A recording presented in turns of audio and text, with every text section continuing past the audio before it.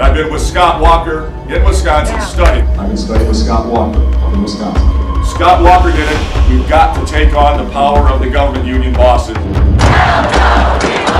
Governor Walker is proposing some dramatic changes to state employee unions. Raging at the new Republican governor, Scott Walker. He's demanding workers pay more.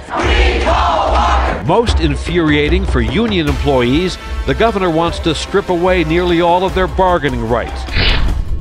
All it really did was just take away people's rights. I think a lot of people lost hope. We have no say in working conditions. We haven't been able to bargain for wages. Seniority and experience means nothing anymore. My personal paycheck right now runs about $200 less per paycheck. Every 2 weeks, $200 less.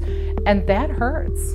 Immediately lost about $5,000 per year with the way that things went with Act 10. It's a real thing. That 15% is the difference between paying your bills and not paying your bills. Look what's happening here in Wisconsin. Illinois, you don't want that over there. Scott Walker did it. We've got to take on the power of the government union bosses. We have to do what Ronald Reagan did with the air traffic controllers. And we sort of have to do a do-over and shut things down for a little while. That's what we're going to do.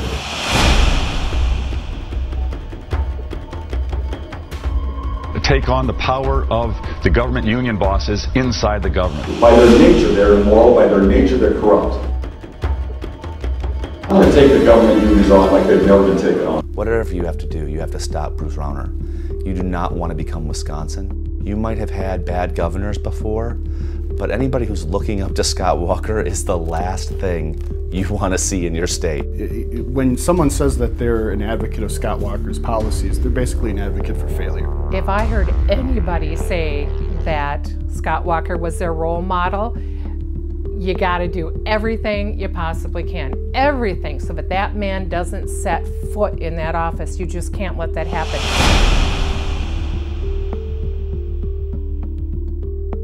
Don't be complacent. You have to protect what's yours, because if you don't protect it, somebody will take it away from you. Call people, drop literature, talk to people, educate people.